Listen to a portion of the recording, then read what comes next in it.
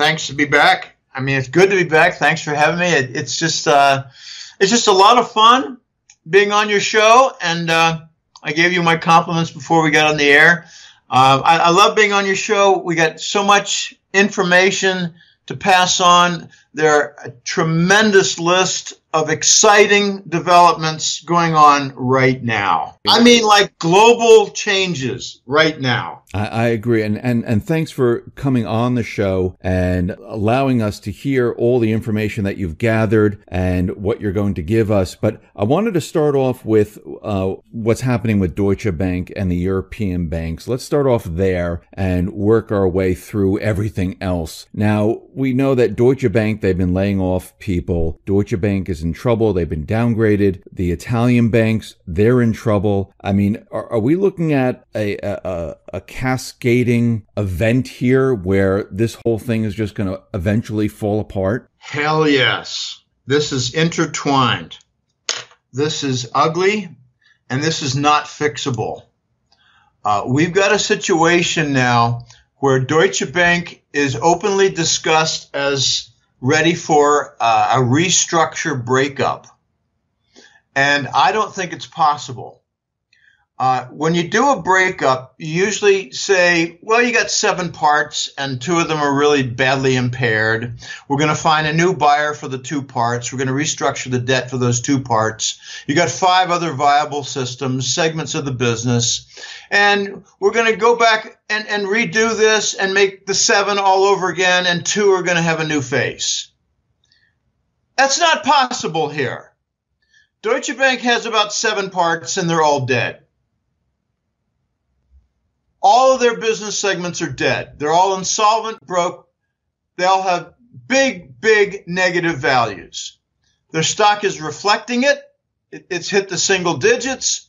And the voice who knows a little bit about Deutsche Bank told me several years ago. He said, watch Deutsche Bank, Jim. That is your meter. He told me this in about 2013, so 5 years ago. He said, Deutsche Bank is your meter. Deutsche Bank is going to die. They're going to keep it alive. The Euro Central Bank will keep it alive. They have to keep it alive because it's got a lot of derivative management there. It has almost as much derivative management as all of Wall Street. It's an outpost. And there's still, I noticed that even Dave, gosh, there was a news report about shareholder meeting and the CEO is under fire at Deutsche Bank, and they complained that they still have not gotten through the Bankers Trust acquisition that was forced down their throat by the Fed and Wall Street banks to create an unregulated, unwatched derivative outpost at Deutsche Bank. Okay, it's all coming apart. I've heard that there is the last remains of the Saudi gold that was not stolen in Switzerland under the guise of the phony criminality for UBS and Credit Suisse. Since when does the U.S. government have jurisdiction over Swiss banks? Okay, that was to steal Saudi gold, to take charge of the bullion banks operated by UBS, which was gigantic. The remaining unstolen Saudi gold was moved to Paris and then quickly shuttled over to Deutsche Bank. Why do you think Qatar, the big Qatar investment fund, why do you think they invested in Deutsche Bank? It was part of a deal. They got some gold at Deutsche Bank also, but the condition for keeping it safe under the Deutsche Bank roof for the Qataris was that they had to pitch in a couple billion to keep the stock alive, to keep the whole game going and the wheels turning inside Deutsche Bank. Okay, Deutsche Bank also owns, now I'm going to get to the big issue. They also own a good deal of Italian government debt. Now, if you look at a chart, even from, say, 2 years ago, you see that Germany had over $90 billion in Italian bank credit exposure. I'm not sure that includes Italian government bonds. Okay, so Germany's got a big swath of Italian debt. Who else does? I included this Way back in July of 2016, put it on the public article 2 days ago. It's been posted out in numerous sites. That back in July of 16, Germany had 92 billion in Italian bank credit exposure, but France had 3 times as much. We're going to see the Italian banking system collapse. They've already had bank runs. That was a year ago. They've already had in Italy very serious bond haircuts. We've also seen creation of cocoa bonds, which are first in line to go to zero upon bank failure, or, go to 5 cents on the dollar upon near-death experiences. We've already seen that. You've already seen suicides in Italy from bank bond holders who were assured you're protected.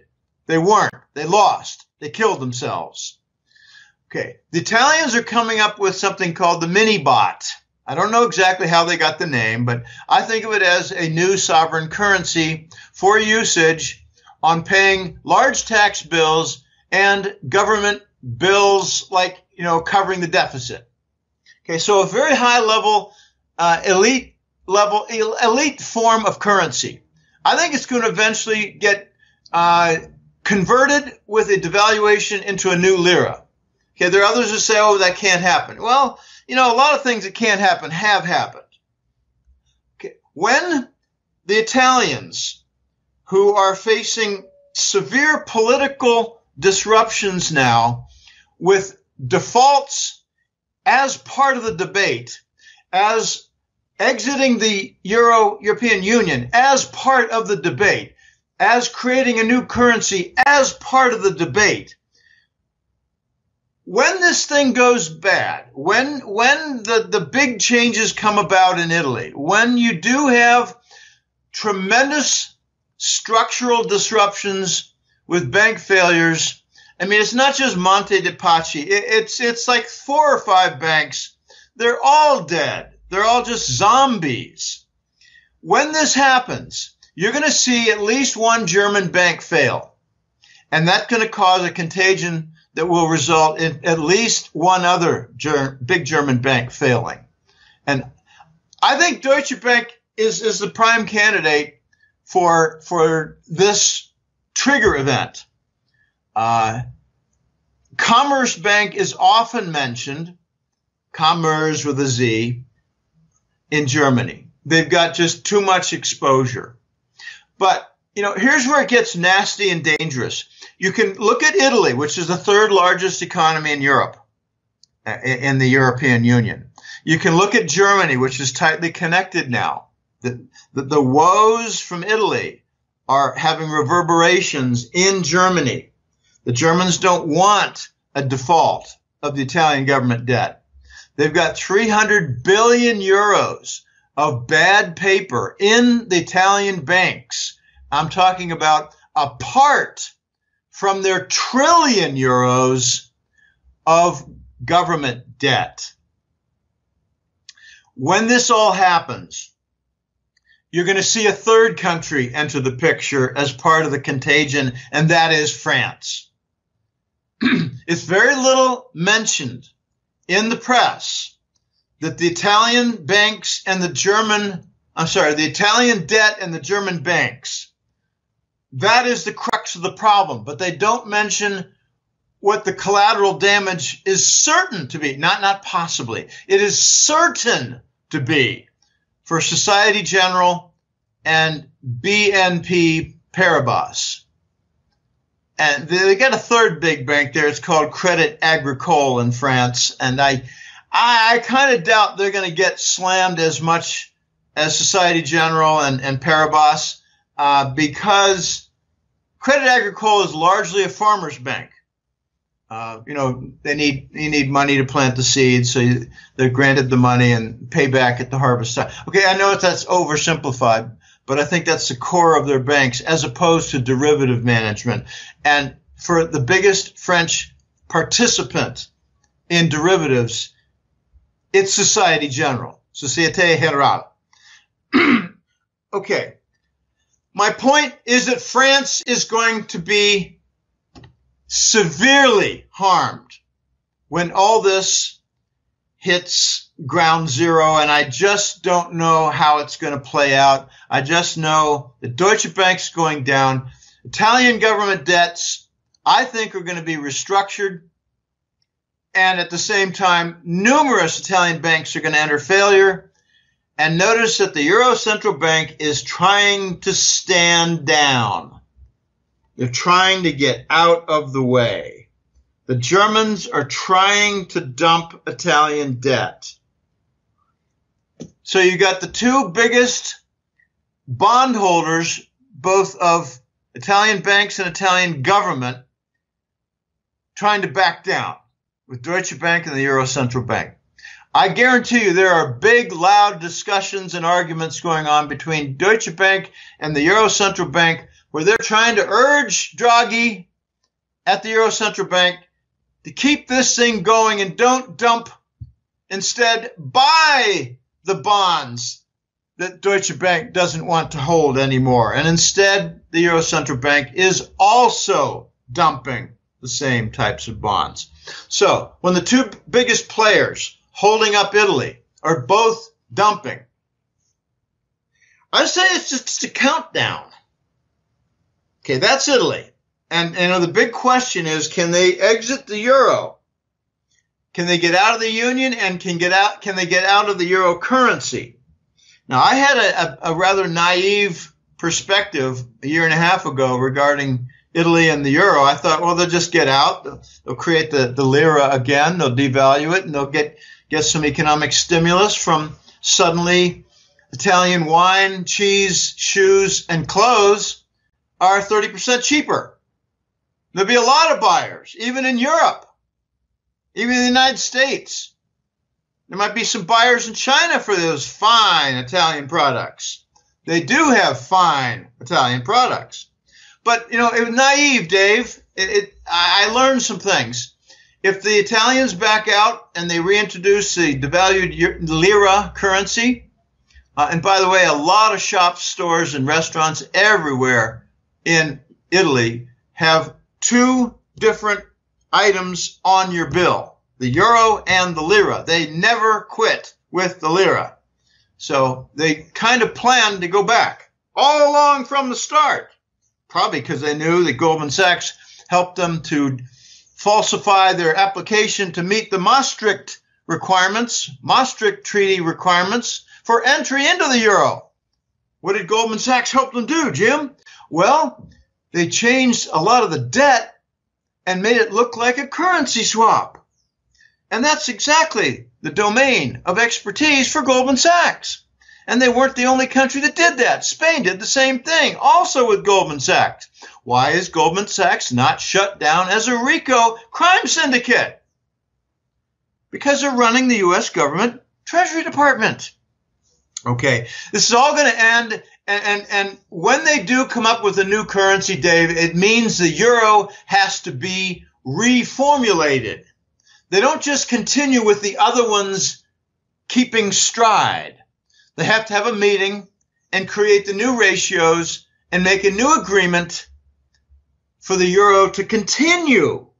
So Italy backing out means the euro stops until it's reformulated. That is a very big deal and a far cry from my original, somewhat naive understanding. If Italy backs out, won't other countries look at this and say, okay, the UK is exiting, Italy is going to exit? Wouldn't Spain, France, and the rest say, something, why don't we exit too? Why stick with this? Okay, I think the two countries that you cited are the critical ones, Spain and France. Let's look at each one separately. Very briefly with Spain. Pardon me. Spain has been doing a financial accounting gimmick ever since the pig's debt became a big issue in 2010. Okay, for 8 years they've been playing financial accounting games, not marking to market their bonds and mortgage bonds and credit portfolios all across their banking system. I'll give you an example. Home prices went down like 20%, Yet on the books, they're not showing as underwater mortgages on credit portfolios within banks.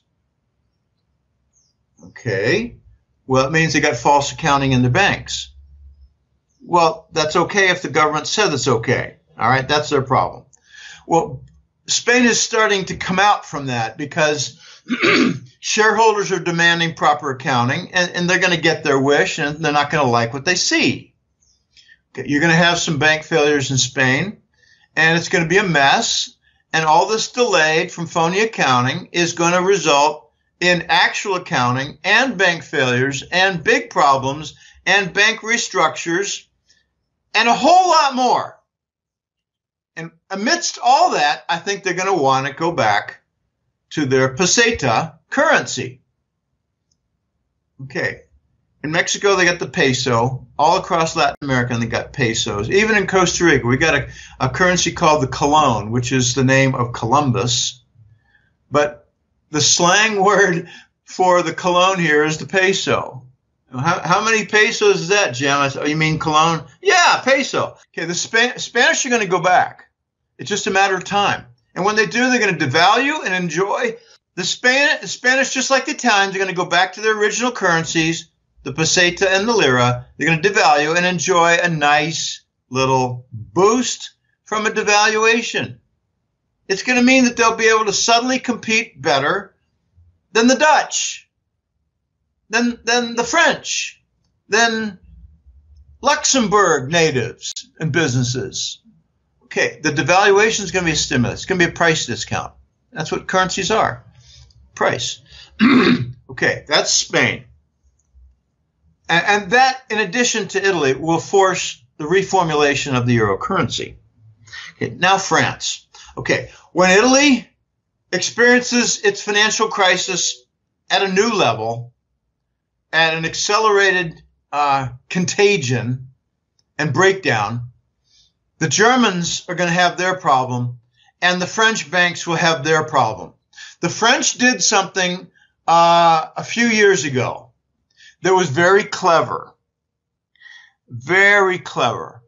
After the EU rules came into place, all the new French debt got denominated in euros. And I'm told that as of about maybe a year ago or 10 months ago, something like 60% at that time, something like 60% of the French government debt was denominated still on the contracts and financial securities in the old French franc. It was not converted over. And the rebellious independent political parties of France are saying, let's go back to the old franc. We've got a substantial core of our debt. And remember, debt is regarded as wealth. It's upside down world. So the French are pointing to their old government debt bonds, their financial securities that they call assets, as being their wealth to pave the way toward a return to the old franc, which they will devalue. And their issue is converting the new government debt denominated in euro currency into the old franc currency. That'll all be handled in the restructure and the devaluation and new formulation of their French franc currency. So they provided a model for Italy. And Italy decided, well, we're just going to create this sovereign currency for the new debt, whereas the French made euro currency but separated the old debt. They're each going about it in their unique national way. Can France avoid the ruin from a Deutsche Bank failure in combination with an Italian banking system failure? I say, hell no. They got triple the debt that Germany has. And a little known fact, Dave, is that over 90% of the French government debt is held by German banks. So this is all interwoven with three countries, Germany, France, and Italy, the three biggest economies in Europe. Will that cause a global financial crisis? I say hell yes. I've been calling it the systemic Lehman event. Remember in 07 and 08, it was the mortgage bonds, the subprime bonds, the lousy underwriting, the no income qualifications, the ninja, what is it? No income job or investment. Oh my God. It's just incredible. The underwriting that went on in 06 and 07 behind mortgages. Oh, wait a minute. It all came back. We did it again. Wreck, rinse, repeat. That's the 3 R's for the United States. Build a bubble, let it bust. It goes into wreckage. Rinse it off with lots of TARP money, QE, and repeat. Wreck, rinse, repeat. That's the motto of American finance in the last 30 years. Since what big event, Jim? Since we exported, forfeited, and outsourced our industry. So go ahead. Will this event that you're saying that it's going to come back to the U.S. with France, with Spain, Italy, and Germany, will this then destroy the dollar? I think it will trigger events that bring about a sequence of locations of crisis. Hard to describe this. In math, we call it a locus, a locus of points. For instance, you might see mortgage bonds crash again in the United States. You might see 2 banks enter failure, and they're going to complain about it. Fed tightening did this. Fed tightening is part of a scuttle program, in my opinion. Let's start this process that breaks everything down. Okay. Why do I call it a systemic Lehman event? This is to answer your question. Because before we had mortgage bonds that were subprime. Now we have sovereign bonds that are subprime. Why is Italy's government bond not still at 7, 8, and 9% like it was several years ago? Because the Euro Central Bank is buying it. The QE, hypermonetary inflation bond purchase program, spread to the Euro Central Bank. And they bought up Italian debt, Greek debt, Spanish debt, Portuguese debt. Without buying those debts, those bonds, all their bonds would have remained over 8%, and they would have had financial failure and debt default in all 4 PIGS countries. They didn't want that to happen because it would have taken down the German banks. It would have taken down Deutsche Bank, but Deutsche Bank is going down anyway. It all happened anyway. They just bought time. My point is that sovereign bonds, which are the nice, fancy way of saying official government bonds, like U.S. Treasuries, like French government bonds, like Italian government bonds, they're all subprime. They all have wretched fundamentals with huge deficits and undeserving low bond yields, primarily because of central banks buying them with printed money, funny money. It's not money. It's just stuff posing as money. It's paper with fancy letters and ink with a filament in it that makes it very hard to counterfeit, but not impossible. And if you want to know where the 2 largest centers for counterfeiting U.S. dollars, the answer is Iran and North Korea. And if you're thinking it's $100 bills, you're dead wrong. It's $20 bills. It's the standard that's used in supermarkets here. If I pull out a $20 bill in Costa Rica at a supermarket, I get no funny looks whatsoever. It's worth about 11,000 cologne. And it's right there on the receipt. Very easy to do. $20 bill is the standard. If my friends, and occasionally I do with my bank account back home in the United States, pull out, say, a few $100s at an ATM machine, it's always and never anything but $20 bills. So what we have now is not just a subprime mortgage bond problem. No, we made it an everything bond bubble.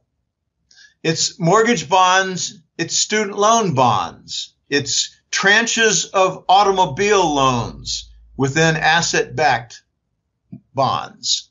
They're mortgage bonds with a car element. I like to say it's a mortgage bond in a car, driving down the road to ruin, the road to nowhere. Many sovereign government bonds are subprime. Since when does the U.S. Treasury bond, 10-year, deserve anywhere near 3% when it's got $1.2 trillion in annual deficits and very few buyers at auctions that aren't with a Wall Street lapel or a U.S. Department of Treasury hidden disguise operating the Exchange Stabilization Fund? We don't have bond auction failures in the United States because the machines and Wall Street banks are right there in the room. Okay. We deserve in the United States for the Treasury a 10-year of anywhere between 8 and 15%. We deserve that. There are not adequate buyers. People wonder, well, gee, Jim, isn't the QE, isn't all that bond purchase program keeping it nice and safe and steady and stable and wonderful? I say, no. All it did was prevented a U.S. government bond default. All it did was prevented numerous Wall Street bank defaults.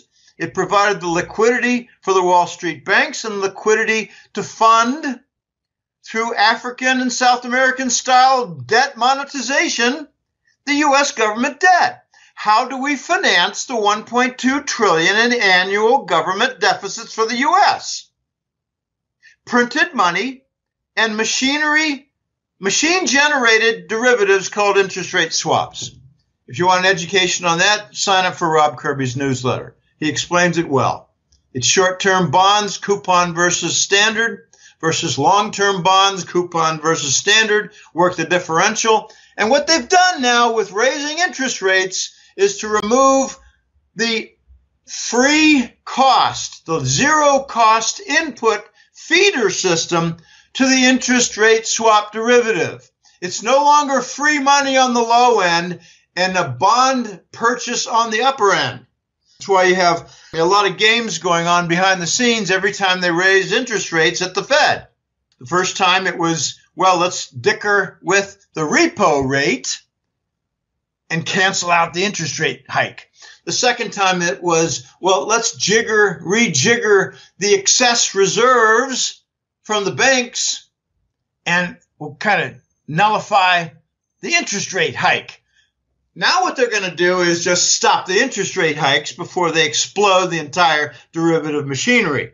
My point is a systemic Lehman event involves entire banking systems and the big bond family called sovereign bonds. When Deutsche Bank and Italy blow, it'll carry over into France and it will extend to Wall Street. If it doesn't extend to London Banking Centre with Barclays and the rest, RBS, Royal Bank of Scotland, if it doesn't extend to England too, I'll be very, very surprised. That's why they're trying to prevent the Deutsche Bank failure. That's why they're trying to prevent the Italians from pulling the plug and starting anew outside the euro, both the political union and the monetary union. This is going to blow and they can't stop it. It's a matter of when it must happen from, ripped away devices that are holding it together for another month. The Deutsche Bank credit default swap has gone way up in value. It's the cost in percent for insuring standard type Deutsche Bank corporate bonds. The same signal was issued several months before Lehman Brothers failed. The Voice once asked me, before Lehman failed, we had just begun to get to know each other for several months. And he said, Jim, you're ahead of the pack. He said nice things to me. What are the three entities that are going to fail? And he named the September weekend that Lehman failed. I said, you're telling me in 5 weeks it's a big event to happen in mid-September next month? And he said, yes. What are the three entities that are going to fail? And I said, well, one's Lehman Brothers because its CDS swap is going way up in value, and that's insiders protecting their arses. And he said, well, you got one. I said, well, the other was Fannie Mae. Their stock is down 95%, and they don't have really, corporate bonds. So it's really the stock price is their meter for failure. And he said, okay, you got two. I said, I don't know what the third is. And he said, well, it's an insurance company. And I floundered and couldn't come up with it. And he said, that's okay, Jim. I've asked 10 people this week, and no one's even gotten one out of the three. You got two. So you're ahead of the pack. Okay, the Lehman Brothers hint was rising CDS, the bond default insurance. We're seeing it now in Deutsche Bank. It's going to go higher. Deutsche Bank's going to fail. They're going to do a restructure. I don't know what they're going to be able to pull together and save out of their various 7 or 8 business segments because they're all a mess. They're all deeply impaired. But this time around, it's not going to be a bunch of Wall Street banks arguing over aid to help them in managing their mortgage bonds. It's going to be several countries arguing on how do we keep this thing going with numerous sovereign bonds in failure along with their banking systems. And we've mentioned the site where this is going to happen, ground zero. Germany, France, Italy. Now, the irony here is that the German banking system is kind of solid. Their economy is very solid. They're still exporting. They still got surpluses. They're harmed by the Russian sanctions that the U.S. and EU Commission put on, but they're now rebelling. And so is France. France just signed a multi-billion-dollar group of contracts at the St. Pete Economic Forum in Russia a couple of weeks ago. France and Russia in direct defiance of the Russian sanctions. It was a FU to Washington and Brussels. The Germans are doing the same. The U.S. is trying to stop the Germans with their Nord Stream 2 Gazprom connection for gas supply to industrial clients in Germany. The U.S. is not going to succeed. The Germans are the healthy player in this mess, and they're trying desperately to cut off Italy, to cut off Spain, to cut off Greece, and to cut off Portugal. And it's not going to be easy to do. They've got too much skin in the game. But whatever Germany has in the game, France has more. France is going down. Two of the three biggest banks are going to go down. So this time around, it's not about mortgage bonds and saving a segment within the financial system.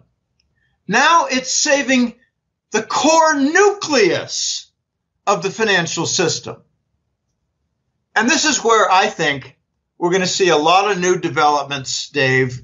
I'd like to transition to the U.S. dollar and the U.S. situation for this reset. The U.S. is going to get affected. It's not like the Wall Street banks have a bunch of Italian debt and they got a bunch of Deutsche Bank stock. No, that's not it at all. The connection with Wall Street is the derivatives that they shove down in bankers' trust, down the Deutsche Bank throat, with all the regulators watching and saying, you got to do it, you got to do it, you got to do it, you have no choice. Deutsche Bank derivatives are going to become a big story. They got something like 47 trillion in notional value in Deutsche Bank derivatives, and they're all interconnected with London and Wall Street. Think of it as a big pipeline for directing very powerful concentrated sulfuric acid into the offices. Sulfuric acid into the office. What does that do? Well, it melts down machinery, kills human bodies, and alters the form of paper. Okay, that's what's coming through the derivative pipeline. Many people call it the financial nuclear event. Well, that's what I consider part and parcel to the global currency reset, Dave. This will not happen without U.S. and London contagion. So you're talking about this reset, and we see there are many countries out there in Africa just recently said, listen, we need to get away from the dollar. We need to go into the yuan. We see India dealing with Iran outside of the dollar. We see Russia and China, they're dealing outside of the dollar. And a lot of countries are repatriating their gold, Turkey, Germany, Hungary. And we see right now that all these countries are doing this. Are they preparing for this reset? It's exactly what they're doing. First of all, they're playing the practical game of getting out of the way of U.S. sanctions and SWIFT transaction, bank-to-bank transactions in the dollar, getting out of the way, preparing themselves. It's like, okay, everybody, let's leave our main house. Let's go back to that little servant quarters that's 100 yards back in the woods a little bit, that's next to our private pond. Let's go build that up, and let's go install a propane gas tank cylinder, and let's fix the roof a bit, and let's put a freezer in there and move some food, because our main house is going to burn down. Okay, that's the preparation going on. Okay, when the U.S. I don't want to get into the whole Iran nuclear deal. That's for another day. It's a topic in itself. It's half an hour. But when the U.S. reneged on that treaty for various reasons having to do with scummy elements and private bribes and, who knows what else, what the U.S. essentially did by putting back on the Iran sanctions was forcing Iran to strengthen its barter deals, like with China. All they did was they formalized the Import-Export Bank, loaded it up with Chinese funds, funded it in order to proceed with the import-export trade between China and Iran. Okay, they handled that well. Okay, the Russians stepped in and decided, okay, we're going to get you part, the Iranians, we're going to get you part of the Rosneft oil consortium. We're going to buy your oil. Even though we're the biggest producer, we're going to buy your oil. And I thought, okay, it's the same question. Venezuela, Saudi, and Iran. Why does Russia and Rosneft buy oil? They're a producer. They already sell. Why are they buying? It's to process and create the oil cartel. I call it the Russian Rosneft oil cartel. What's that all about? I'll get back to Iran in a minute. They control the oil supply from major producers. They therefore have the responsibility to manage the contaminant level and the viscosity, and they sell it all outside the dollar. And the countries that they buy it from don't have to deal with the entire issue of the U.S. coming down on their throats for selling oil outside the dollar. They sold oil to the Russians. And the Russians might gladly accept dollars, which they dump on the market. Okay, so the Russians are creating an oil cartel to fill the gap created by OPEC, which is a largely dead entity. You have a complete switch, a complete shift in OPEC. A few years ago, it was the OPEC Arab nations that honored the deals, and the fringe element like Nigeria, Angola, Venezuela, Mexico, those countries dishonored the deals. Now what you have is the fringe nations coming up with signing on deals to limit output, and the Arabs, which are all desperate monarchies from a financial fiscal standpoint, breaking the deals. It's a complete shift, 180 shift. And furthermore, those non-Arab OPEC members on the periphery, I point primarily to Angola and Nigeria. They're African and they're not small. They're dealing in RMB. The Chinese, I put this in the May report, the Chinese are lending treasury bonds to the Angolan government and being paid back in RMB because the Angolans are selling oil.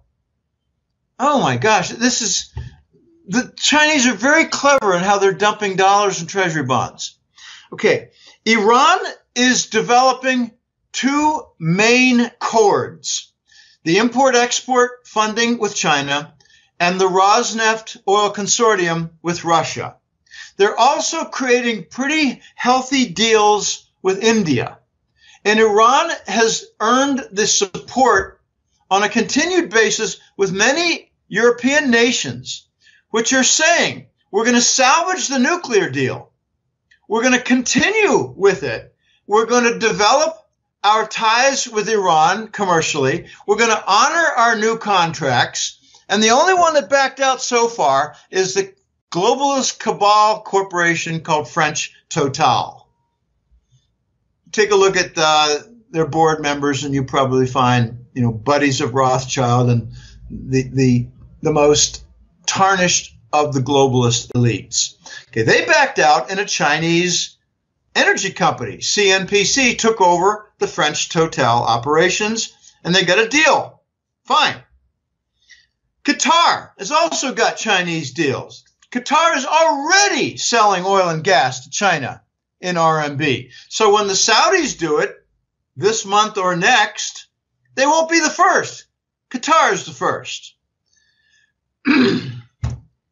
All these nations are working to set up non-dollar operations and trade and non-dollar, specifically gold, operations in their banking systems. I think we're going to see a torrent of U.S. Treasury bonds and Euro bonds and UK gilts sold by the Eastern nations in order to build up their gold reserves in the banking system.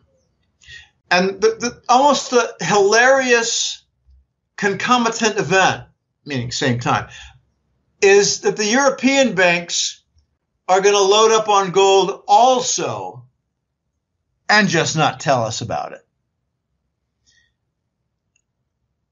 The European banks are going to follow the BIS Basel formula for exit from crisis and insolvency.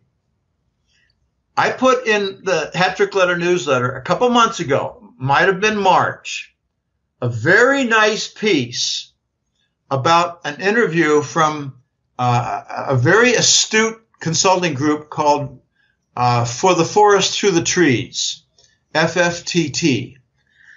They had an interview of a fellow named, I think his name was Zijlstra, with a J in there, a Swiss fellow who was the board chairman of the Bank for International Settlements, Basel, often just called Basel.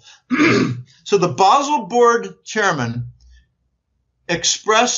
shared his formula for how central banks get out of their mess, where they own too much as last resort, sovereign bonds that are deeply impaired. Now, just look at Euro Central Bank and the Federal Reserve, and you've got $9 trillion of sovereign bonds that I call subprime. They call them pristine AAA. But when you've got a $1 trillion deficit annually in the United States and almost no bond buyers showing up at auctions outside the country, and derivative reliance and QE reliance, I say your bond is subprime. So Zijlstra, the board chairman of Basel, said the way out is for the leading nation's central banks to load up on gold and lift the price tenfold. That way their books are remedied from all the bad paper impaired sovereign bonds. Now, that was in the 80s that Zylstra said that. Move to 2014, where, I can't think of his first name. His last name is White. Chief economist at Basel. His name is White.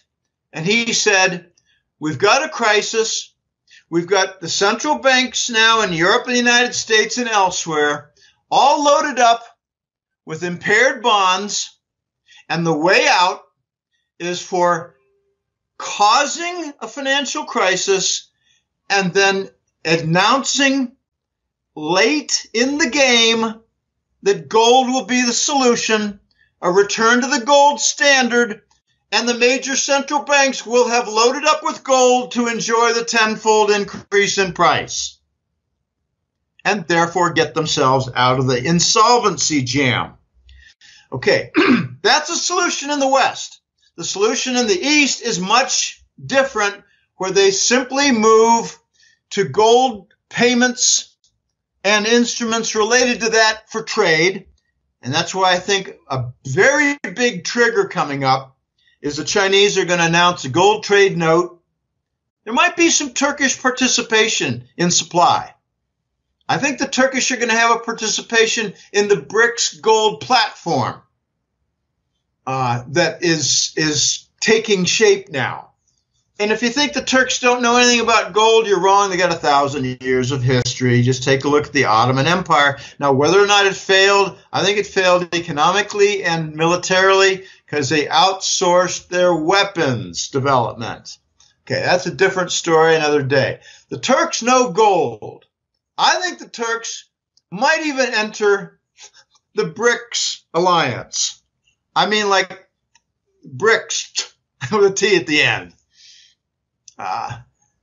This is going to get very hairy because the East is going to pursue gold through trade and immediate conversion in banking reserves to gold bars from the lousy, impaired, what I call subprime major sovereign bonds like U.S. Treasuries and Euro bonds, while the West does a secretive game of fixing their balance sheet, fixing their insolvency by hidden gold accumulation.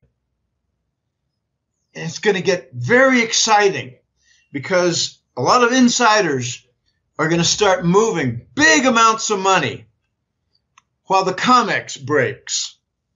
Now, I don't have a forecast of when the COMEX is going to break, Dave, but I'm hearing a number of rumbles from 2 or 3 different places that they just cannot handle any longer the paper games inside the COMEX. So things are breaking. It's very timely, like, Deutsche Bank and Italian banking system. Very timely. I'm excited by developments, and I'm just absolutely convinced we're going to see a gold price 10 times higher. Now, I get some naysayers and say, well, Jim, before we get 10 times higher, don't we have to get to 2,000 first? And I say, yes, we do. And I think things are going to move very, very quickly. And I'm hearing also, a couple of my best sources are confirming this. The breakout's not going to happen with gold. It's going to happen with silver. And then maybe silver will be pulled back, and then you have the big gold event. And then all the political and the central banking and the currency policies change. And then silver just pauses a while. And then silver goes up 20-fold.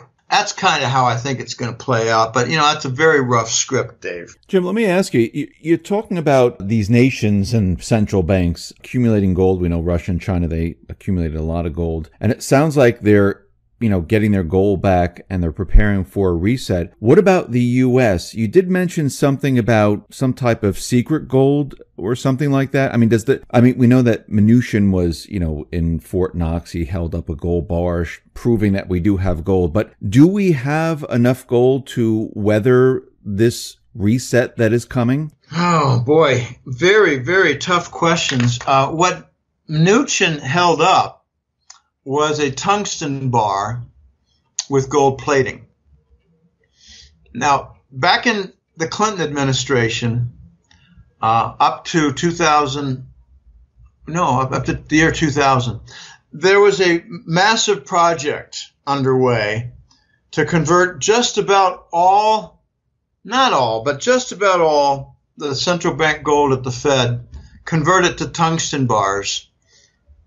I know this sounds outrageous, but, the Clintons and the Bushes are probably the grandest criminals in the history of the United States. They're both presidents. I call them the narco presidents. It's Papa Bush, Clinton, Baby Bush, and Obama. They're all narcotics presidents. The narco presidency and the lineage. Trump interrupts that. So that's why they hate him and go after him so vigorously and criminally. I mean, they're using criminal methods to attack him. Falsify a dossier with Russia and all that crap. It's just ridiculously silly stuff. But the Clinton gang with Robert Rubin and Papa Bush converted, I'm told that it was like over 1 million 400-ounce bars. We're talking about like 30, 40-pound bars. 1 million bars were recast and converted to tungsten. Now, I got more of this story. It's Eberhard Refinery in Western Canada. But I got more of the story from a Canadian contact who said, Jim, there's a piece to this that fits in like a glove. And that is, there was a giant tungsten deposit very near the Eberhard Refinery. So they produced the tungsten nearby, very low transport cost, moved it to the Eberhard refineries where it was operating 24 hours per day, 7 days per week, and 360 some days per year for a couple of years. And how did they ship all this fake gold out? Well, through the Bush-Clinton narcotics route from Mena, Arkansas base to Panama, which is largely a Langley concentration center for banking. Okay, what country was the biggest victim of this tungsten gold? The answer is Hong Kong. China bought a tremendous amount, but Hong Kong was, I think, the biggest victim for the bank fraud. And there's some very astute financial analysts who've helped me to become aware. But if you look at the Department of Commerce quarterly reports, you'll see in them a line item called industrial supplies and materials. And it's got a couple billion every single month sent out to Hong Kong. I think it's restitution. They cut a deal. Hong Kong bankers keep quiet. Don't talk about the Bush, Rubin, Clinton crime scene. And it gets fixed. But the country that did not get fixed was China. And here's just a little sideline story. But China got robbed. They did a gold lease and they didn't get it back. Wall Street just reneged. It was part of the 2000 conversion of handing back Hong Kong to the Chinese as a no longer a British colony. Okay, I'm mixing stories here, but it's about gold shipment fraud. The first story was about Bush, Rubin, Clinton shipping 1.3 million bars of gold. We're talking about numerous aircraft loads. They stole the $600 billion of Fort Knox. Bush, Clinton, Rubin stole Fort Knox, $600 billion in gold. That needs to be addressed. And it is being addressed. But let me just quickly finish the sideline story. The Chinese leased a bunch of gold to Wall Street because Wall Street wanted to use someone else's gold. It's like, borrow someone else's money to build your housing portfolio as a wealthy magnate. Okay, fine. Wall Street wanted to use Chinese gold to keep the dollar game going in the 2000 decade, and they did, but they reneged in 2005 and 6, reneged on the repayment of gold, repatriation of gold to China. So China announced, we're going to focus on treasury bonds. Okay, read between the lines. We're going to sell Fannie Mae bonds. That was 2005. So what precipitated the Fannie Mae and Lehman Brothers subprime bond failure in 2007, but none other than the Chinese dumping Fannie Mae bonds? Never in the news. Okay, back to the U.S. Trump is trying to recover the roughly 8,000 tons of gold that were stolen from Fort Knox. And the routes for the crime scene, the getaway routes, are through the Philippines and Marcos and UBS. Okay, remember the UBS had a fake crime scene story, and the U.S. came in and controlled it with the tax dodging U.S. accounts in UBS, and oh boy, Iran sanctioned violations with Credit Suisse. They come up with their reasons. U.S. came in, they stole the Arab gold. Okay, in UBS, fine. But there's another side to this, and that is the U.S. shipped its real gold to Philippines, where it mysteriously was sent off using Continental Energy Corporation as a cover, just a shell corporation. There's no energy produced at Continental Energy Corporation that I know of. Help me to understand. Okay, that was to ship all the gold from the Philippines, which was stolen from Fort Knox, ship the gold, the real gold, from the Philippines to the banker cabal, to the Basel globalists, the Clinton, Bush, Rubin, criminals, facilitated the deal to steal the gold. And apparently, Trump has recovered it. That's exciting. So maybe, apparently, Trump has recovered the real Fort Knox gold. Okay, before anybody gets all excited that the U.S. is going to go back to the gold-backed dollar with a gold standard in banking and currency and all that, let me remind of 3 massive challenges that must be done in order to bring about that wonderful result. First is the $21 trillion of debt must be paid off for the U.S. government. As a sideline story, there's 20-something trillion missing from U.S. government coffers. And the primary crime scenes are the Pentagon and Housing and Human Services, which is basically Fannie Mae. Okay, so the U.S. debt has to be paid off. Okay, until we pay it off, we're stuck with interest payments. We're stuck with the reality of being deeply in debt. The second problem and challenge is there must be gold to back up a gold-backed dollar. And that's not easily done. So we need to source something on the order of 10,000. This is for round figures. It's called 10,000 tons of gold. We need to find it. We need to source it, and we need to put it in a safe place, and we need to make sure that some assholes don't come in there and steal it with Wall Street lapels. Third challenge, in order to bring about a gold standard, gold dollar, etc., is we need to get rid and draw down and remove and eliminate the trade deficit, which stands somewhere on the order of $600 billion this year. It'll be bigger than last year, which was 560. I like to put the trade deficit in perspective with relation to the other 2 points. If we have a gold-backed dollar and we have a $500 and something billion trade deficit, our trading partners who hold our imbalance, who hold our deficit, can legitimately request the gold. At a $1,300 gold price, that is 13,000 tons of gold. So if we have 10,000 tons of gold backing our dollar, we lose it in less than 1 year. Okay, which means we can't do it. We can't execute the gold standard plan for the dollar in banking.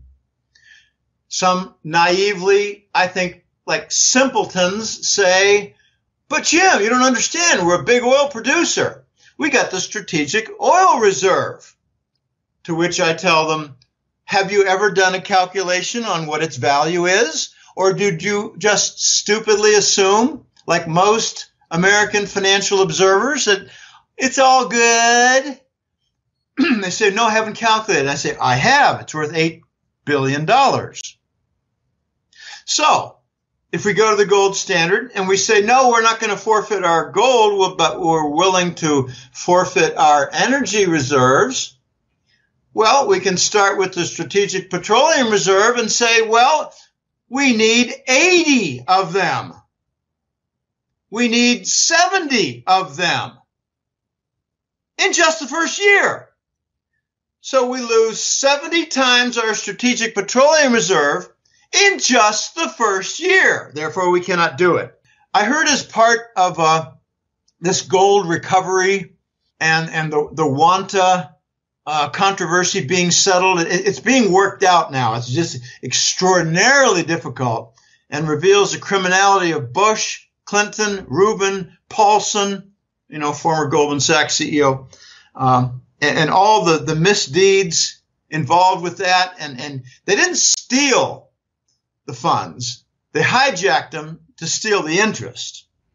They did steal money, but they stole the interest. Well, it's kind of like, you're going to kidnap a person, and you're not going to kill him, but you're going to steal his organs. And if a woman has a baby, you're going to put that baby into sex slavery. So you're stealing everything about the person, but you're not killing the person. That's what they've done. And I'm told that one of the key projects after the release of the gold and the recovery of Wall Street's stolen gold by Wall Street, the recovery of the Fort Knox stolen gold, where the thieves were Langley and Wall Street. This is not just Wall Street banks. It's Langley. Langley's a gigantic crime center, and their funding is narcotics. Afghanistan. Huge, huge, huge. I'm told the major project, Dave, is a coast-to-coast network of maglev high-speed railways. And man, oh man, does the United States need that. I think they should start with some, advanced railways just to fix Southern California. What an impressive bunch of parking lots. Interstate highway system they have in Southern California.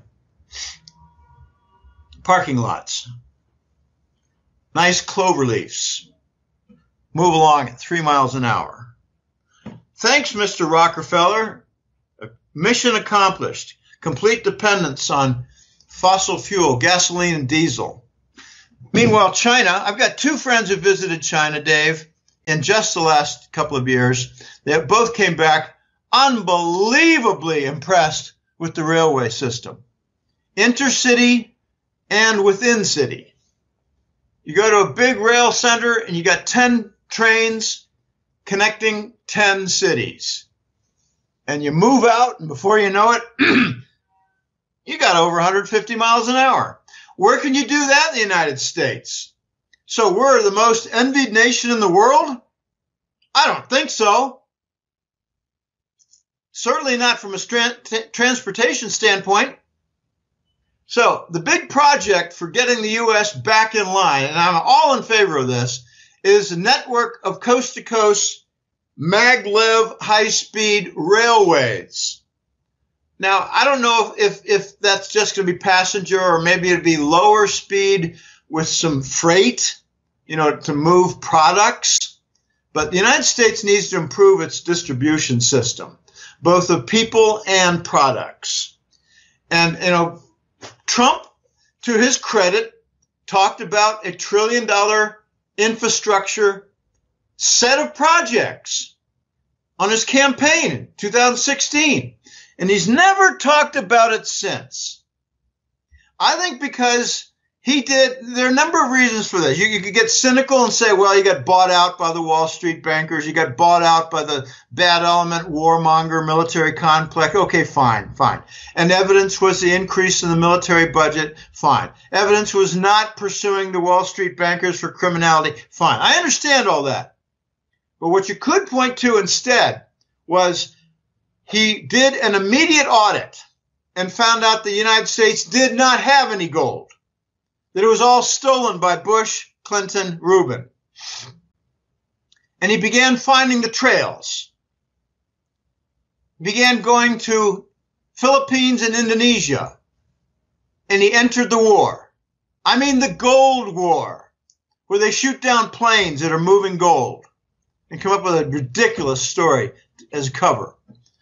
I'm talking about tracking the gold, tracking the assets, tracking the criminality of the players, and having sealed indictments of those players, tying it together with the omnibus bill for freezing elite assets.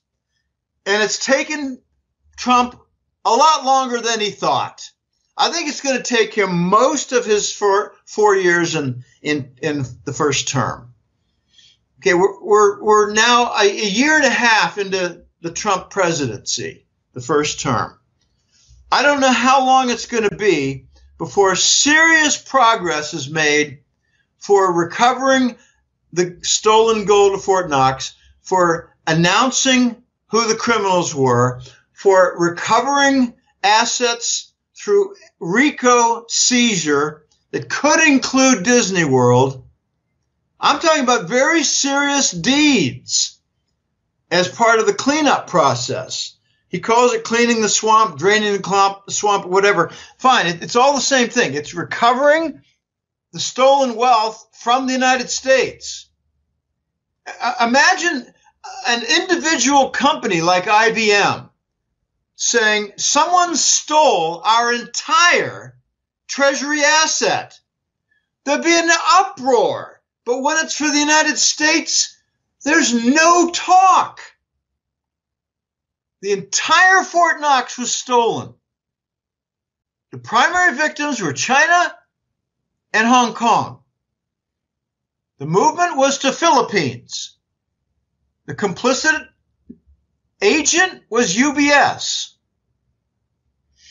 This is very dirty, very messy, and Trump has let internal word come out that they've recovered the gold. He's let internal word come out that with the asset seizures, they're on track for paying off the U.S. government debt. So they got the debt covered. They got, supposedly, they've got the gold discovered, supposedly. Well, they need the third element from my list for U.S. dollar gold backing to be satisfied, and that is elimination of the trade deficit. And we have not even begun. My point made, if I'm the economics advisor and I'm in charge of policy at U.S. government, it'd be a nice job to have, but the trouble is I get shot in 1 month for making good policy that wasn't in conformity with the crime syndicates. My policy would be 30,000 new businesses sitting atop the individual state free trade zones with an emphasis of 30% export to alleviate the trade deficit, and incentives for these 30,000 businesses of suspension of corporate tax and suspension of property tax for a given period of time, and usually it's 3 to 5 years. That would be my plan, Dave. We can't do this without eliminating the trade deficit, because if we don't, in the first year, we lose 13,000 tons of gold. Now, some people say, Jim, it wouldn't be 13,000 tons of gold if the gold price is suddenly at, say, 2,500. I say, okay, whenever I say 1 year, make it 2 years. We can't do it for the same reason. We're not going to forfeit 13,000 tons in 2 years from a trade deficit that's not addressed simply because we don't reindustrialize. you can double the gold price. It just doubles the period of time where we lose 13,000 tons of gold. But Jim, it might be 10 times. Okay, fine. And maybe we'll lose 1/10. Maybe we'll lose 1,300 tons of gold. But we're nowhere near announcing a 10 times higher gold price. And until and unless I hear of significant central bank accumulation of gold, I'm not going to believe it. I don't think we're ready for the event. And the gold brokers that I know of, like The Voice, do not mention anything about central bank accumulation of gold on a gigantic level. I don't hear anything about that. Maybe that's something that they wouldn't tell me about. But if that were the case, I think we would hear a lot more stories about gold shortage than we do. We do hear about some gold shortages. And, I really don't like even the argument. People tell me, but Jim, the dealer shows that they still have gold coins. I said, yeah, but they're not gold bars. They're not 400-ounce gold bars that are worth millions. What you're getting is floor scrap gold coins. Oh, yeah, Jim, but the mint's still making gold eagles. I said, yeah, from gold scraps. Oh, boy, Dave, these are exciting topics. Jim, I just wanted to go back to paying off the debt. And you mentioned, and I think what you were saying is that stolen 20 trillion or the missing 20 trillion that was missing from the Pentagon. Are you saying that is what they're going to use to pay back the... No. Okay. No. The Pentagon doesn't have a $20 trillion missing money accounting statement. At 9/11, the day before 9/11, Rumsfeld announced there was 2.3 trillion missing from Pentagon appropriations. In other words, the books don't balance and there's a missing 2.3 trillion at the Pentagon and nobody's looking for it. When nobody's looking for it, it means the people in charge stole it. Okay, fast forward to 2016, and the Pentagon bill had moved up from the crime scene from 2.3 trillion to 6.5 trillion. That was 2 years ago. Now, a Michigan State professor who probably will find himself dead before long for, snooping around where he shouldn't go, examined 6 departments at the U.S. government, starting with the Pentagon, then Human Health, HHS, Health and Human Services, and other departments like the Treasury Department. And he came up, before he was finished with all 20 departments, he'd only finished 6, and he arrived at 20 trillion missing, stolen money from fraud or what, I don't know, embezzlement, fraud, theft, whatever. Call it whatever you want. 20 trillion. Okay. One third of that is from the Pentagon. Okay. That money is not even being searched for. Okay. When I say that there's 20 trillion companies that Trump believes he's got covered, I'm saying it's from the sealed indictments of elite players, individuals, and their companies. That might include some banks. I'm hearing that there are some banks in this list. They're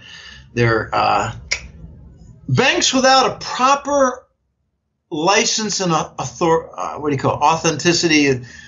They're just kind of rogue banks working for the globalists. Okay, that's on the list of targets for Trump. He's got so many very powerful targets that he's pursuing that he's in danger. I'm not talking about CNN. I'm talking about, real people. Okay, if you add together all the elite wealth, the owners have sealed indictments. Trump is claiming that that's over 20 trillion. That's the funds. And if you ask me, well, what are these indictments over? What are they about? It's about large-scale thefts. It's about pedophile, child sex ring, satanic sacrifice killing of children and the operators.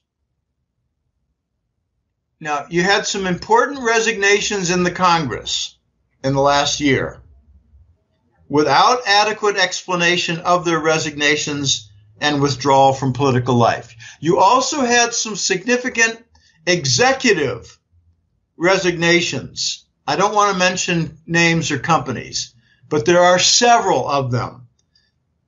I'm told they're all involved with the sex child killing rings. I don't like the word pedophilia. I was telling Dave before the show started with the recording that pedophilia makes it sound like, Uncle Tommy likes to stick his hands in little Susan's panties, and little Susan's only 6 years old. No, we're talking about something much, much more devious and heinous. It's underage child sex rings, sex slavery, and child murder with satanic ritual sacrifices. That's what the press calls pedophilia. It's a lot more than Uncle Tommy with his hands in little 6-year-old Susie's underpants. Okay? It's killing. It's producing adrenaline rushes from little children who are scared, mindless, witless. So adrenaline is in their blood when they mix it with wine at their rituals. And then they put the little dead bodies in unmarked graves. And they came from orphanages where they're called runaways. And the states call them closed cases. I'm sickened by this. I have a very unusual request, Dave. Are you still there? Yes. I have a very strange request that the Christians out there who have their own, this is an emotional point for me, who have their own prayer groups and people of strong faith, I wish they'd pray for me. I feel I'm under attack. I mean my personal life. 2 years ago, some things started to unwind. I'm talking about, I don't want to get into details. Things started to unwind and painful things for me. Costs, relationships, etc. A death. And I believe that I'm the object of some satanic, I don't like the word spell because it makes it sound like a silly game for kids play. I think I'm the object of something satanic to harm me. I've been on a mission. I've been bold. I've talked about narcotics. And since about a year and a half ago, I've been starting to talk about the satanic element in bankers, in Wall Street, in Langley, in energy firms. I had a client tell me, Jim, I live in Alberta, and there's several energy firms out here, and I had a 7 a.m. presentation, and I came in early. No, I had an 8 a.m. presentation. I came in early at 7. I wanted to get my ducks lined up. I wanted to get my presentation lined up because it was for a funding project that I wanted to get involved in. And I said, does this have to do with the Alberta oil sands? He said, it's all the same thing. It's all related. They're all interrelated with funding, etc. And I heard noises at the end of the hall. And this was 7 in the morning. And I went in there. I just stuck my head in there. And the CEO was wearing a black robe with red trim. And they had candles. And they had 3 or 4 others. And they had dirge-like satanic music. And this was the CEO that I was trying to get multi-million-dollar funding for my small energy project. He said, Jim, if there's nothing else in my message, it is the energy industry at the top is loaded with Satanists. And I said, okay, well, Rockefeller's not the only one. He's got his, friends in line and probably arranged for his friends to make acquisitions so that they're all one big happy family working in the energy industry. And he wrote back and said, yeah, ditto the big pharma industry too. I said, yeah, I know. Okay, so I'm asking people out there to use your Christian faith to help build a shield. And I hope you don't edit this out, Dave. I won't. Go ahead. I solicited from college friends 2 weeks ago, strong Christian college friends, contact in Costa Rica, and I completed the contact. And I'm trying to build a group of Christian warriors. Because when a certain client was killed recently, I'm just wondering if it's all connected. And when a certain friend experienced a near-death experience a couple of years ago, I'm wondering if it's all connected. I want to build my Christian faith and my Christian warrior prayer shield. There are a lot of Christians out there. Some of them are quiet in their faith. Some of them are very open in their faith. I'm asking you to help to pray for my Christian shield because I'm a warrior and I put myself at risk. And to be honest, I'm not sure I'm going to get out of this in the next few years. Now, the voice might hear this and get upset at me, and I'm saying, my man, my sir, this is my life. I need help. I need protection, and this is one way I'm going about doing it. I don't know how often I'm going to make this kind of appeal, but I feel an affinity with you, Dave, and I feel like you've got a strong platform. There's certain guys who I think as a host would not take me seriously. I think you do. I knew a number of Christians when I was in college. I only went to a few, Bible studies. I backed out. I went the drug route. I went to marijuana parties. I got in trouble with that. And I straightened my life out in '87. The end of April this year, end of April, I had my 31 anniversary. 31 years of being outside that entire world of drugs and stupidity and insanity and wreckage. I could have been a very fine university professor. Pardon me, professor, like my father. My father's in literature. I'm in statistics. I could have been a great professor. I'm told all the time you explain things well. You're good teaching seminars in the company.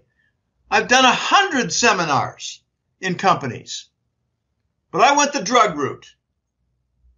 I got clean. I continued with my work. I was very grateful to my employer for their employee assistance program. EAPs are very standard in big companies now.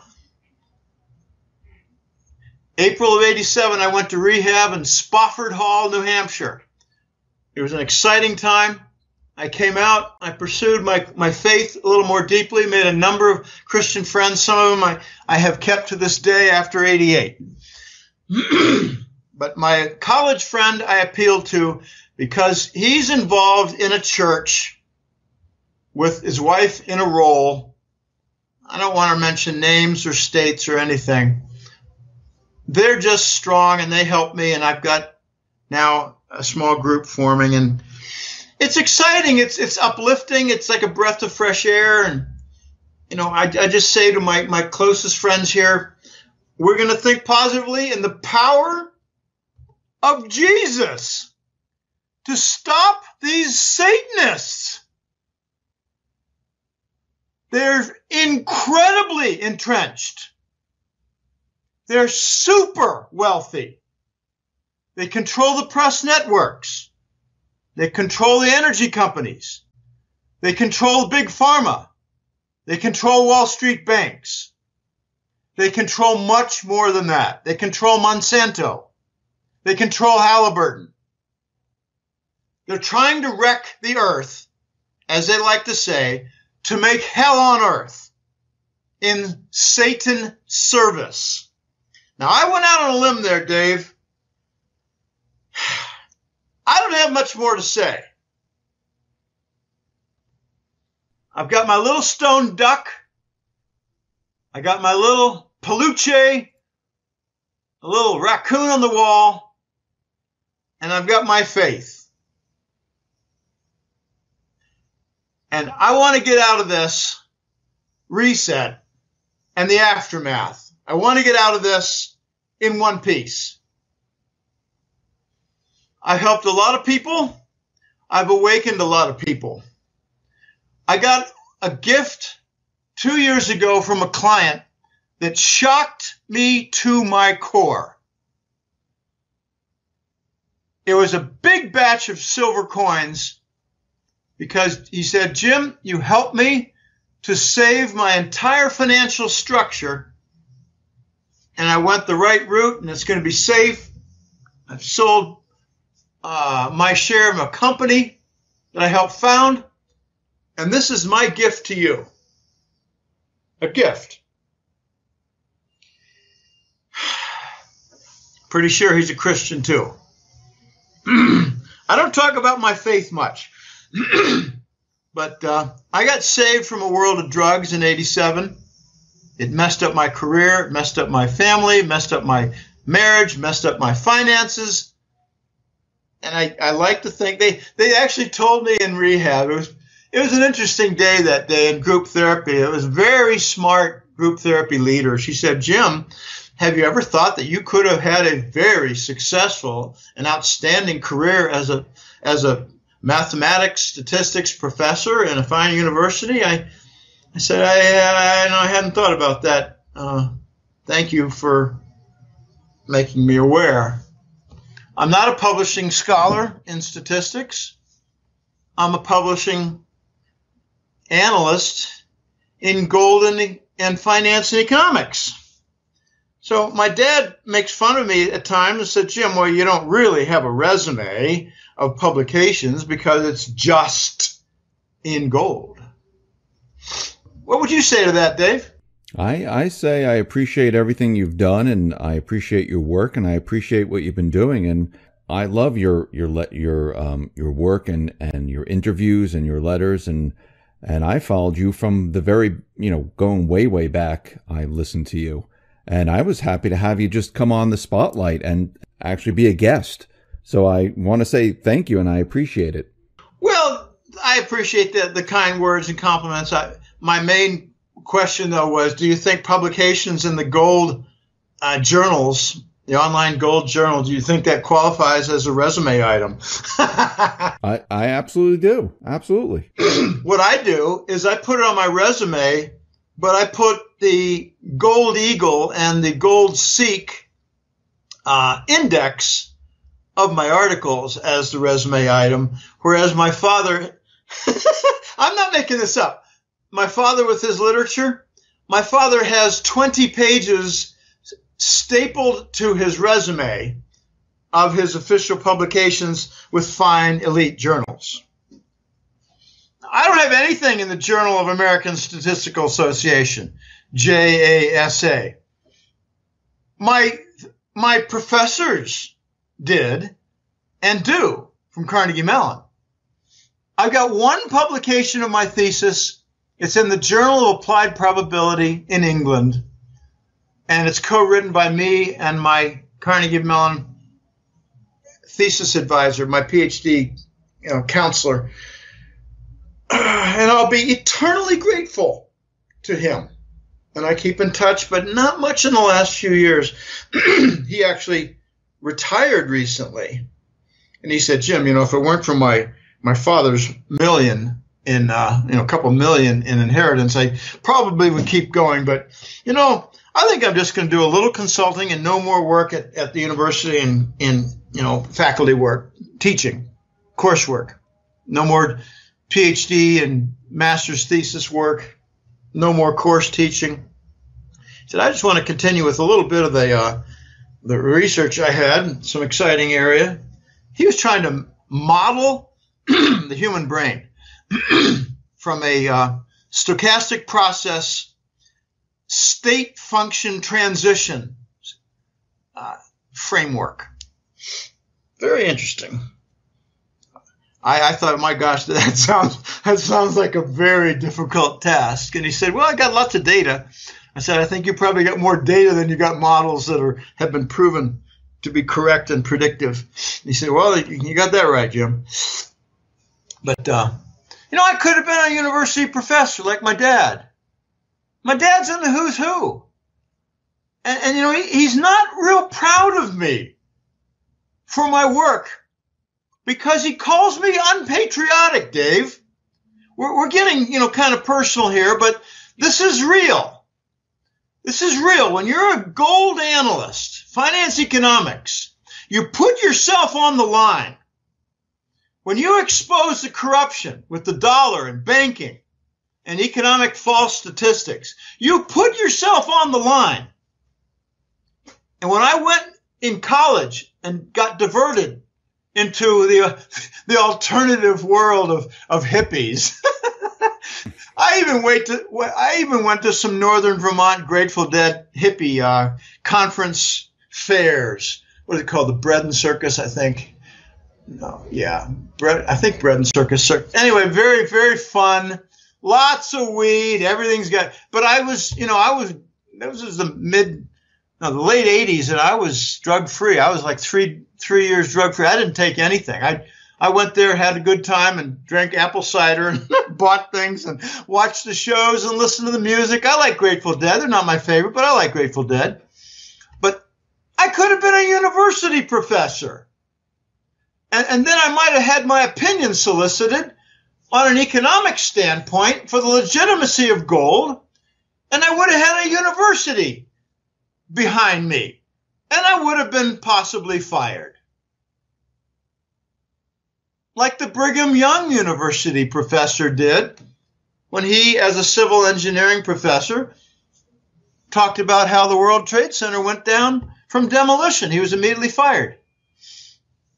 Brigham Young University, nice, reputable university, fired a man for telling the truth about a major mass crime. But now you got a replacement. That was the something 500 BY5. I can't remember anyway. Now you got the AE 1000, Architects and Engineers 1000, and you have 9/11 for Truth. So these groups have formed that are big and can't be stopped to talk about 9/11. The first 2 death threats I got were over 9/11. I wrote an article in 2005 called Iraq, Oil, and Gold, where I talked about the Nazi playbook and how it was executed with the World Trade Center taken down, the Invisible Army, the whole bit. I got a death threat from a Swiss banker. And then at a Munich, Germany conference, I got a death threat from U.S. Homeland Security. So I decided on exactly what I would not talk about. And now I'm wondering, Dave, if satanic bankers and child sex ring killers, I'm wondering if that's a topic I should really leave alone so that I am not the object of their rituals. I mean, that's going to be a decision for you to make, if you want to pursue it or not. I mean, again, there's always a chance that these topics, hit a sour note with certain individuals and they will come after you. And some of them they're at high levels. And if you're continually talking about it, they will shut you down one way or another. Yeah. So far, the only evidence I have, no computer viruses. The only evidence I have is Chase credit cards, Chase Bank, as in Chase Manhattan, JP Morgan. Chase credit cards cannot be used to buy a hat-trick letter subscription. Wow. I've had numerous Chase attempts. It's about 10. And it's all in the last 3 or 4 years. I always tell the client, well, just use another card. You have a non-New York, non-Wall Street bank card? Oh, yeah, I've got 3. I'll try one of the other ones, and then I've got a subscription. But something happened in, I think it was around February or so. I had a client in New York State said, I've got a Chase account and I'm trying to make an order. What do I need to do? Can you unlock something to make my order go through? And I said, no, just don't even bother with the Chase card. Do you have another card? And she said, well, it's a tiny credit union I'd rather not use. And I said, well, okay, what do you want to do? And she said, well, I could do Western Union or I could do something else. And we did something else.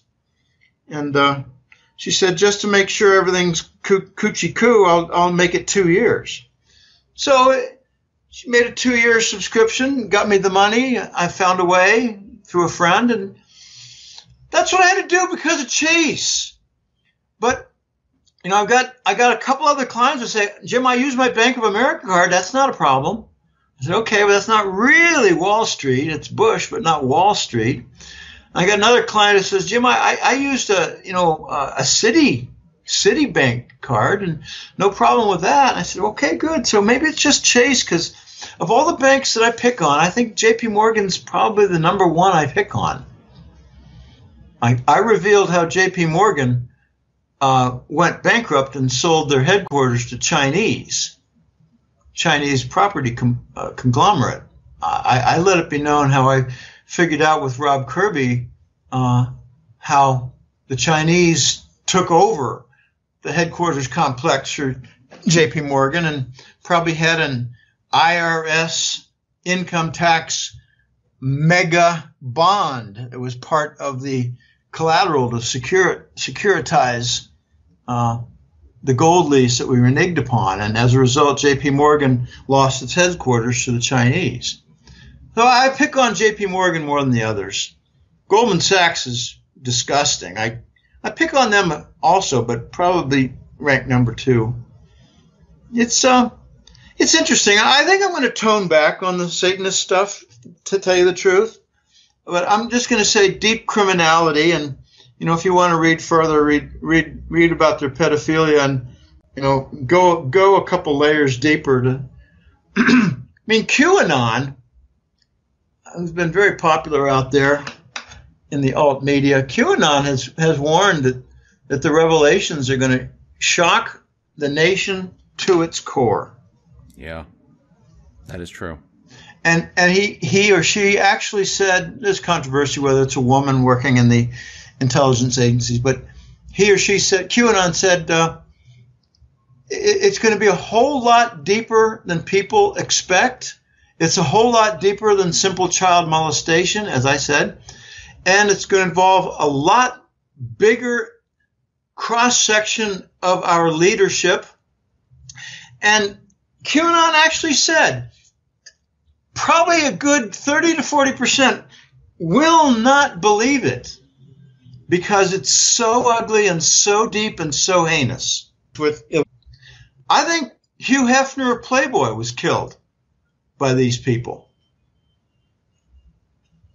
I think he did not say, well, you know, I've got sex and cocaine parties with elite on film, and I'm going to be, you know, using it for extortion and whatever. No, I don't think that's what Hefner did.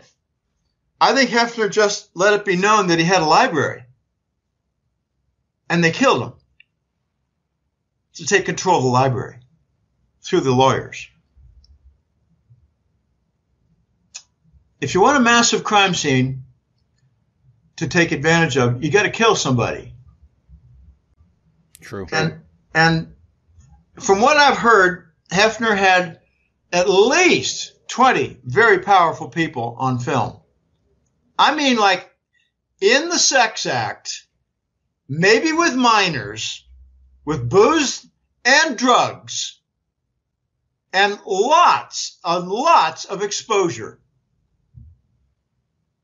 So he had to go. And, you know, the BS story is heart failure. He was old. You know, he was in his 80s. Well, yeah, fine. My dad's 98. When he was in his 80s, he didn't croak. My dad's 98.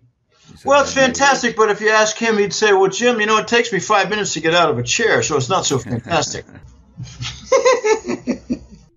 You know, want to tell people how to get in touch with your newsletter and how to access your site and stuff?